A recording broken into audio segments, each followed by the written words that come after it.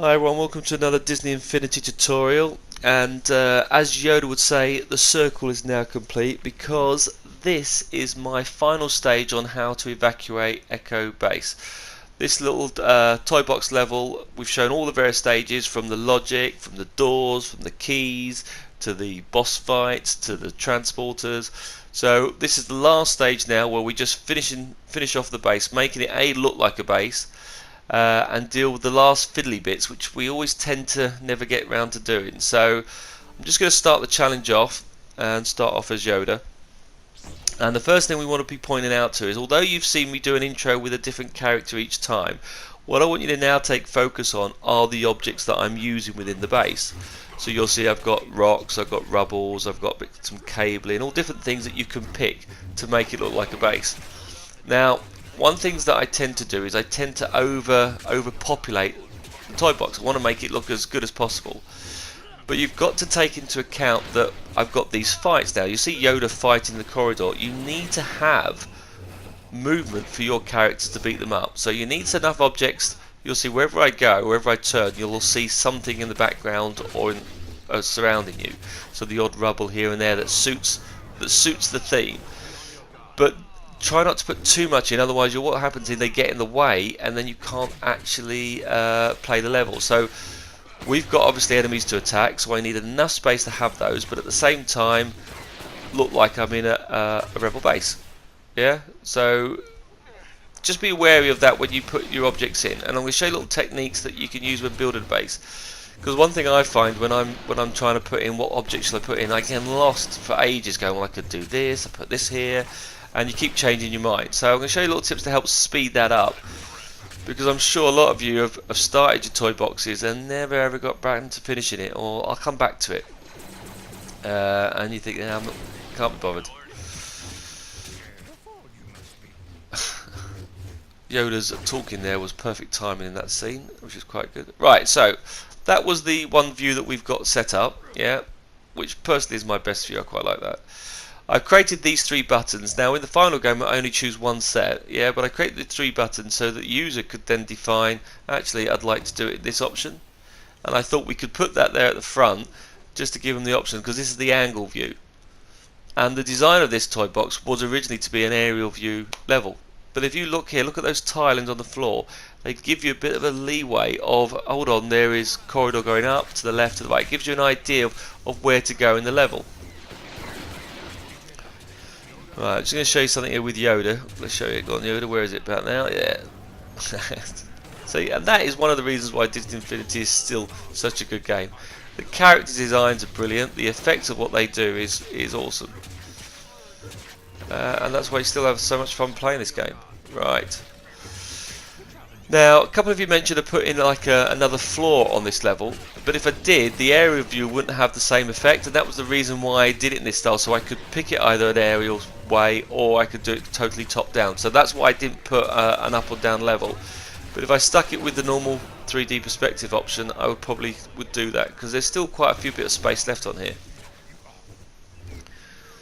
But you'll notice I've also used various different types of objects to decorate the base. So I've got some Hoth objects, I've got some from the Guardians of the Galaxy clips, I've got some bits used from the city. So it's picking the right elements. So we'll just have a look at the final view, and that's the top down view. Okay, and again it's important so you can see which objects you're using to fill the base out. But look at the tiles now. Look, again, you now notice they lead you where you have to go, and all of them look good from different views. So it's picking the right ones, and you'll notice that those pillars at the top, as we go through, look, you see the air vent ways, yeah, because you're going to do this in aerial view, and this was the original view that I was going to do. But right, let's jump to our base and let's finish this level off. So let's get back to where we are, where we now need to decorate it. So you'll see here, this is where we're all at. All the logic's been done, the trigger areas are in there, the gates are all set up. So we now need to decorate it and make it look like a Hoth base. Now you'll notice here, so I'm just going to go through my toys. And depending on what playsets you've got, obviously they unlock certain toys. So some people are saying I haven't got that object, and you either have to complete challenges within a playset or you actually have to own the playset to do it. Now in the Marvel playsets you've got these ice things. They're not actually part of Hoth, they're actually part of the little ice objects. Right, so what we're going to do here is I'm just going to chuck these here. Now you may be wondering, why you put them there, son? Why do they need to go in the base? Because what I'm going to do here is, I always forget there are so many. As you flick through here, look, there are so many different objects you've got. And this one, although this is a really cool tool, I don't know why you have it. It could just had the objects available. But look here, we'll put these fantasy objects in. Yeah. Now I've done a separate clip showing you this all together anyway. But as I flick through the fantasy objects, you're going to go, well, you don't want trees in the base. Yeah. This is a Hoth base with snow. But these fancy objects have got different palettes to them, so you can change their appearance. So once I've got them all set up, I drag them all in, because I can never remember which one of these objects is the one that I need. Yeah. So if I now go and change the theme of those, so go back to my Spark tool, press my triangle, and then do theme all, and then I get a list of options to change, and I'm going to choose the I think is it Hoth terrain level 1, and do OK. Yep. Look at that now all changes and shows you different shapes that I can use in the base. So I've got some nice rocks, I've got a walker thing, so some of these I don't need, but I can never remember which fancy object gives me which item. So I leave this like a mortis board effect, where I put all the tools that I skim through and stick them all in one area, so I don't forget them, and then I can come back, oh yeah, I remember seeing this one. Now the only problem with this is you can only do that apply all theme once. So I'm now just going to go through and put this object, but if I go into this object here and go and choose the Death Star one, there's a Death Star option. If you do set theme, I was hoping it would then, every time I go to the fantasy object, all the objects will be set to Death Star. It doesn't, it only applies to that one, so that object is now Death Star. But as I move across, I have to go back for each one. But the good thing is that once I've created all my objects, if I want to have several scattered throughout the base, I go into it, set the theme, and then every time I place it, it will stay in that one object, but I have to do it individually. So I go across here, put all these themes in here. Right, so I've done all the objects now. So go back to my Spark tool, press my triangle, and choose my Death Star theme, and you'll see all the different variations you've got. So what I did through here is I went through different ones. So you've got the Guardian of the Galaxy one that just stopped there, paused on there. We've got Syndrome's details from the Incredibles. So you'll see here I'm just going to go through and set these up. So I've got a different palette of different items to choose. So I'll again speed this up. So I don't want to. You've got the gist of what we need to do now. So let's just jump to a different section of this. So here you'll see I've got the Guardian Galaxy set up at the moment. And this one I liked because this one was quite good. I wanted to show you this one because that's quite a cool little light, and as I have the power cut in the level, it sometimes lights up the base quite well. Okay, so we've got that, and that one's quite a good one. That was a good little PowerPoint. I put those near the transporters. Okay, but again, it's going through the bases, picking the pallets, and you'll see behind I've used the little control panels from the Incredibles. So again, all those were fancy objects that I've got, and I can use those and pick and mix when I want. So at least it gives me an idea of what I've got on the system. So then I carry on going through the rest of the toys, looking at the Death Star objects. Yeah, so if you've unlocked Star 1, there's these little pillars which are quite good. Yeah, some are too high, some of these towers are quite high. So look, you'll see 3 bricks, perfect height. Yeah, hence why I used 3 bricks. So I did this a little bit earlier. We've got these little light things are quite good, and they cover up my joins. Yeah, I can use those to cover up the joints, and also they light up as well, which is quite handy. Yeah, and we've got these little Death Star tiles, the little brick tiles here. And what I wanted for those is I thought actually, if I'm going to do an aerial view, I could stick them on the top to look like pipework. So again, cover up the little joins, the lining joins, so it doesn't look like they're bricks. I was going to hide those, and I thought as you run around, if I stick those across the top, then it will look like you're looking through the ceiling. Now, that was my theory to it anyway. But they're part of the Star Wars Death Toys. Now I'm chucking different various ins and just, like I say, get an idea of all the things that you can use. What other ones we've got as I skim through? So looking through all the Star Wars objects. See, that's not going to be no good because that's Tatooine. So let's go back to, go to, I think City's one of them, which is quite a good one. So we go through here and go into the city objects. Right, the city have got some good rubble effect. So as we scroll through here, so look, you've got these pipe work. Pipe work's quite good. Because remember, they've moved into the base. I'll chuck some of these down around here. The Tatooine one does have those like little sensors. We've got some painting ladders. We've got some coils. Yeah, so we've got all the just little, again, we're just chucking them in. We're not worried about the moment. It's just so that I don't forget, because sometimes I go, oh, I forgot I was going to put that one in there. Got some bricks. Bricks probably not so good because we're not building a house. So, but there are some rubble ones as well I quite like. So as we scroll through here, some of the ones we've got. So you've got like some little concrete walls, some stone walls there. And it's getting the right balance of them. See, that's too big. That's a crane. Go through, and again, scan through and just chuck in as many as you want through the list. Alright, so a little aerial tunnel, so you know, that could be quite good.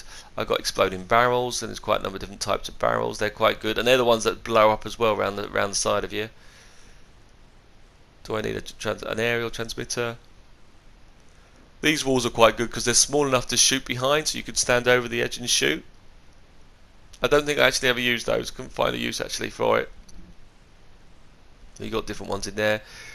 But again, it's picking them all out, see what you've got and how they fit into your base. So you've got more barrels, more boxes. Because remember, this is like a cargo base, there'll be a lot loading up and unloading. And we just scan through and just have a look at all the different areas. And just, oh look, so I found the barrels. Because I can never remember which section they come under. See, these barrels come under country. Who would have thought that? Yeah. And just chuck them all in, and they're all in one area, and then I can go back and go, oh, that's where I wanted them. So I spend this one time now scanning through it. Right, I'm going into the city. I think the city's the other one I went into. Which one I think I was looking for, because again, I get confused. Now there is one when I do my Helm's Deep level, where if you use a particular object, it puts dragons on your level. I can never find that one, but I'm going to show you that in my Helm's Deep clip, which is to come, which is quite cool. So I quite like these bits here, and I like all these little bricks around the side. So these little scattered around, quite good. Remember, the Hoth base was just dug out. It's not meant to be tidy. Oh yeah, and I love these little things from the city. They stick out the walls. Yeah, they look. And if you're doing an aerial view, they're quite good. So they're not too bad. I've got more bricks. Again, different things you can pick. But the gist here really is just to scan through and try and put them all across. So here's some roof boxes that we've got, some air vents. We're going to stick those things like those on the top. And then you've got these little pocket little vents as well. So it's more just giving you an idea about how you can set these up, space them around so that you can see them. Now you won't see this at all if you do these 3D, but an aerial view they're ideal. And you've got different types, little parts you can do just to make it look that quite cool. Right, now we're rambling on a little bit too much here. I just want to think that that was the thing I was looking for. That one. See again, city building set. That's a little pipe work. So I did that quite good. And if you use the one item there, I can twist it round, and it now looks like I've got broken pipe. Quite like that. Thought that was quite cool. Now these corner rubber pieces are good, but the weird thing is you have to lay them first before you put the bricks in. It won't let you put the bricks in. You have to put that first and then build the bricks around, so you'd have to remove some walls to put these items in. But there you go, we've got enough objects there to now pick and mix. So I've now speeded on to show you the base is now complete with all the objects. So I've gone through those items, dragged them across and moved them throughout the base, putting pipeworks on the ceiling, putting the little lights scattered around. Now you can use the same object a number of times, but you don't want to overcrowd it in one area. So you'll see that I've got them reused, but you have to go far around them so it looks fresh every time you go into a different room. So we've got the transporter set up, we've got the rocks, we've got a little cave there we'll come back to in a moment, we've got the tiles on the floor, we've got some building blocks on the side, still leaving enough space for you to have those certain fights. And the last thing we need obviously is we need to escape. So I'm just going to go back to my Star Wars toys and put the Falcon in here.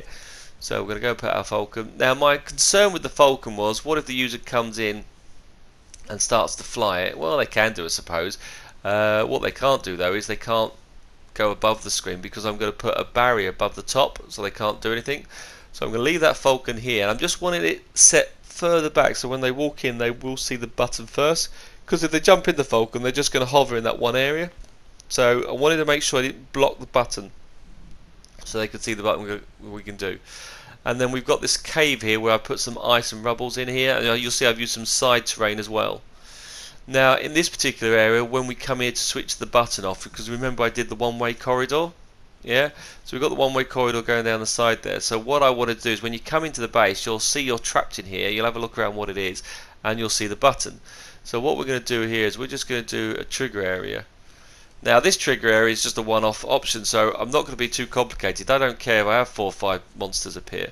So in this one I'm just going to put a straightforward trigger area in, and when you walk into this area it will set the wave off.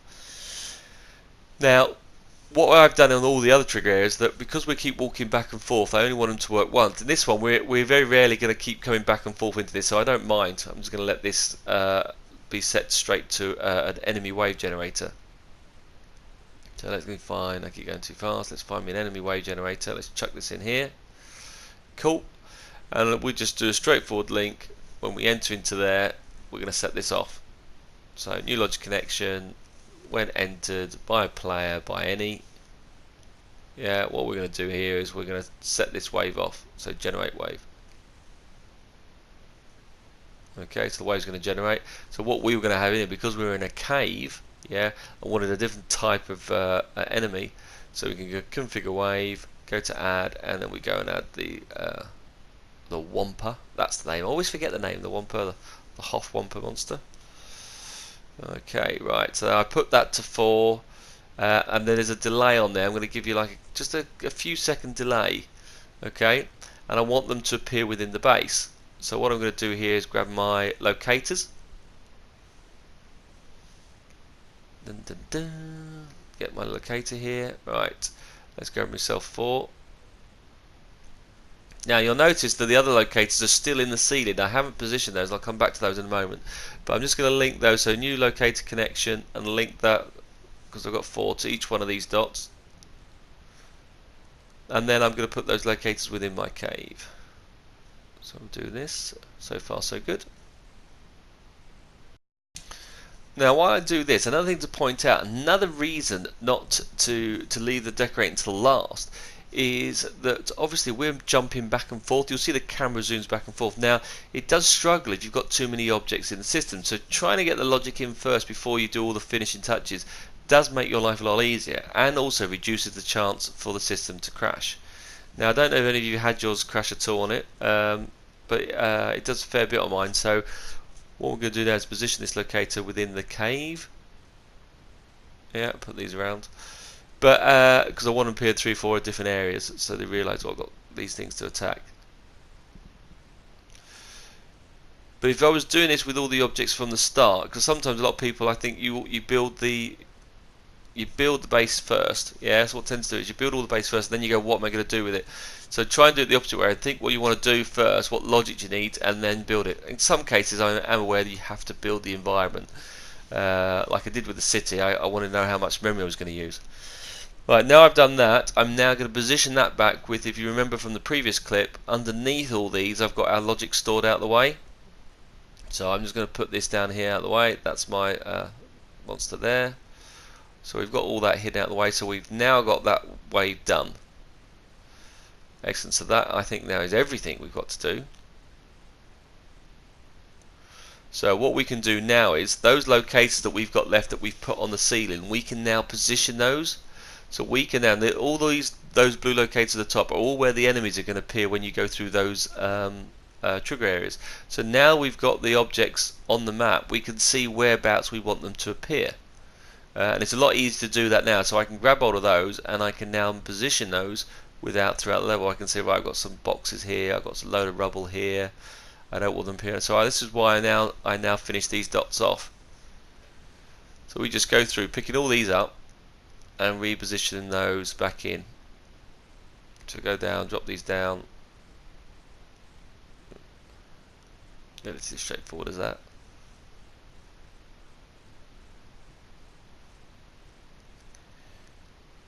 and we can put all different places, so they're going to be just scattered. So we got the, so as you walk in, you can't just run away. Oh, there's loads of them.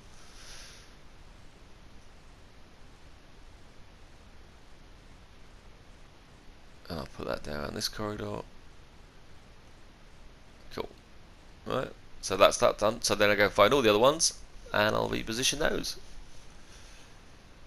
And remember, keep saving. Keep saving as you go across. If you're happy with it, save it. Which is not too bad. Right, we'll speed this bit up now. Now you get the gist of that, which is quite good.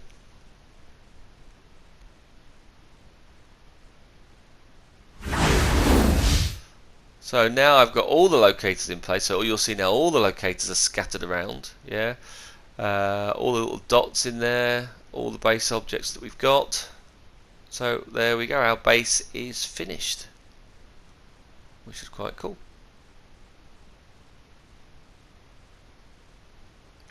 So there's only one last thing to do, and that is to make it all Hoth.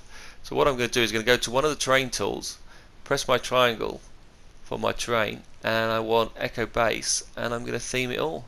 And dun dun dun, that will now go through and make everything now a proper snow base.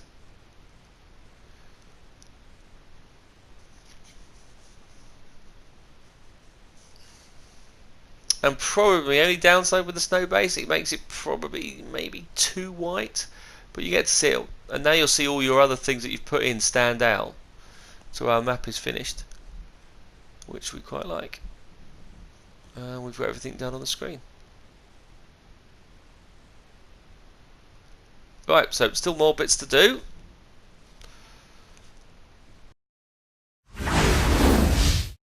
Right, now I've jumped to Luke Skywalker because the following clip is extremely important. Okay, what we do is we set this game up to be a challenge marker, so we find that if we don't complete the level, or we want to play it again, we can just come back to this challenge marker, play it, and we can redo the whole thing from scratch. And one of the things we've done over the 9 clips is show you how to do a reset button. So in every single clip we use this one logic gate where we go back in and reset the level. Now when you do reset the level, it goes to all the doors, and when it goes into the doors it says can you reset and play. The power is all turned off, it can do reset and play, so all the doors get reset to the position, all the transporters go back. But what actually happens is the doors get reset, but they're not actually started on the path. Now you watch here, as I walk to this door, look at the door hasn't moved. Yeah, now we picked a key up. Now when I go and press that button, the door will just slightly move. You might miss it. Carefully watch it. It just jumped. It just did a fraction jump. Very hard to see. But what actually happens is when the doors get reset, they go back to the beginning of the path, and when you press play again, they then move, which then says on the reach the first checkpoint, which is the starting point, the first thing it says, can you turn it back off? So it immediately turns it back off. So what I need to do is I need to send a signal to say, right, once we've reset the doors, can you turn them all on so that they will stop at their first point? Which is really annoying. So you go, oh man. So I played the level and then realised that the keys wouldn't work on the screen. So what we'll notice here is I've moved all my logic now underneath the map. So we've got this little logic gate here, okay, and I'm going to send a signal from here that goes and resets all the paths and tools, okay, which is great. And I've got the doors. Now the only problem I've got here is I don't want it to miss when I reset the tool. Alright, they've all reset and there is a delay on these things. So what I'm going to do is I'm just going to put a time delay in, yeah, and it only has to be off a second. It doesn't have to be a very long clip. I just want to make sure all these logics are done. So I'm going to do new logic connection from our reset button on output. Can we start the delay? Yeah, and can we just do start delay? That gives enough time for the system to reset the doors and put them back into reset mode. Yeah, so let's just go into that one. If we go to the properties, we don't have to wait long. I'm going to set to a second, right? You could set it to 2 seconds. That should be enough. Just give it enough object that all those objects have changed. Okay, so what I'm going to do is I'm just going to bring this back up, and then I'll move it back down in a moment because I've now got to go to all these items. So I'm just going to bring this up on the top. Yeah, and I'll just paste that there. So what I want to do is, now the first door we don't matter, right? The first door doesn't matter because that's just an up and down. It's not triggered by any keys, so that's okay. We don't worry about that. But it's all the other doors. So what I'm going to do here is on delay complete. So new logic connection. Okay, and then we need to do this on this screen. So new logic connection, we are going to connect to all the moving tools. Yeah, so I need to connect it to each one that we've got on the system. So I've got every single door, I've got every transporter that we're going to do. So new logic connection on delay complete. Yeah, we've reset the door, but the door is floating in air. So what I'm going to do is I'm going to all switch them on. By switching it on, the door then moves, reads the first checkpoint, and the first checkpoint on the door says turn the thing off. So it's now in position. So I have to do that with every moving part that we've done. So all the doors, so all 9 doors need to be done. The challenge doors, the ones that control after the boss fight, they need to be changed. And the transporters all need to be switched on. So each one of these is on delay complete. Yeah. You must then go and put the door in. It's weird because you think, hold on, you've reset the door and then you turn it on. But that first point, it like hangs just a fraction above it and then moves down and then says, oh, by the way, we've reached the first point, turn it off. It's a bit of a weird one. And just to let you know, I've created a level, played it several times, and to play this level, it takes about a good 20 minutes. And then I was going, why did it work? When I reset it, why didn't it work? And that is the reason why. And I had to look and see it move, so I did it a few times. But every object now has to be done, and you'll see me flying through this. And I thought, well, I'll actually show you me doing every single one instead of speeding this one through, because I didn't want you to miss any of it. So each door, turn on. And out of everything I show you in this clip, this is the most important part, because at some point you can say, well, when I do it, the doors don't work, the keys don't work again, it won't work again on the screen, and this is where I'm going to repoint you to. So if you've dropped out halfway through, then you're going to miss a very key part of our level. At the same time, while I go and do all these doors, it gives you a chance to also look at what I've placed in what area. You can get an idea of what I've done. So you can see those objects. And also you'll notice there is no sound at all now, no clicking of sounds at all, because this one I really did mess up. And if you've watched the other clips, you'll notice that I left the mic on, because the way I design these toy boxes, I have to build them first, then I build them while recording myself, and then I do the voiceover at the top. Because I get a lot of background noise, and I left the mic on while I was recording it, so you've got all the background noise on here. And you wouldn't believe this, but because I live in a house full of girls, what happens is they are very noisy. So trying to do the voiceover is impossible. So I do the voiceovers either late at night, or in this particular case, I am doing this one at 5 in the morning. Yeah, I know. A lot of people do tell me that I need to get a life. But hey, I enjoy doing this. It relaxes me, gets the stress of work out of the way, and then I like testing this with my daughters to see if she thinks they're any good or not. And if there are any parents doing any toy boxes for their family, or they're doing it together, it's nothing worse when your daughter comes in and plays, well, that's pants. Why would I do that? You realise that you've missed the whole point. So they're my validators. If they like it, then we know I've got something right. But sadly, my girls are now moving away from Disney Infinity. They've lost because it's not been done. They've given up on it almost. I keep forcing them to play it, but they've now moved on to the Uncharted series. They like the Tomb Raider stories and stuff like that. But I, as a parent, I'm making them come back to this. See, they don't realise they're programming. That's the cool thing. They don't realise they're doing logic and maths. And this does help with maths, by the way. You'll notice you've done no sums at all. So those kids are playing this. Yes, you are learning while playing this game. Because when you do maths, yeah, things like algebra, you know, when you do a plus b and do all those equations, that is logic. That is programming. Okay, you never really understood it at the time, but you'll use that if you only do Excel spreadsheets and stuff like that in your job. That is programming, and you are learning. So apologies if I just shattered your Disney illusion. Like, I don't want to learn, I just want to play. Again, I've sidetracked here. Apologies for that. Right, so here you go. I've gone through everything. And while I was rambling, I just wanted, again, it was to prove a point that every gate I have to switch back on. Go through each one, making sure you don't miss one. Have I done them all yet? So I've done. Okay, I should have 9. I've got. Oh yeah. Oh, you got to do the blast doors, the main doors as well. They need to be done. So all of them got to be done on the screen. Right. So almost there. Almost there. Done. and then we can get on with the Helm's Deep and a oh yeah, another one I've got coming is a fully operational Death Star. It actually can blow up planets. Yeah, so I'm going to show you how to blow up a planet in one of my clips. The good thing is the blowing up the planet one, there should be just one clip, it shouldn't be like 9. So we'll go back to small one-off clips at the moment, which should be quite good. Put in your comments, by the way, if you've liked the whole series for this Echo Base, because a lot of people, when Disney Infinity was popular, a lot of people did Echo Base because it's one of the best levels. Everyone likes Empire Strikes Back. But have you enjoyed the series? Has the series worked? Give me your feedback. I'm always interested. Right, they're all now done. I can now position this out of the way, and that bug fix is complete. Right, almost finished, and your level is complete. So hang in there. You've done really well so far. Right, so what's the next stage? The next stage is the camera view. Now, you don't have to do anything here. If you're happy with the view that you've done, then you leave it as it is.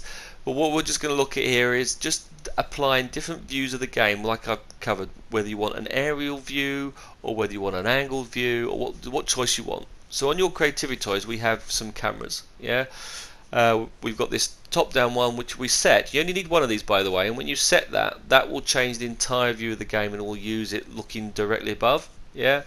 Or you've got the angle view one that sets it at the angle. Now you can put both of these in, and what I did at the very beginning of this clip had those 3 buttons.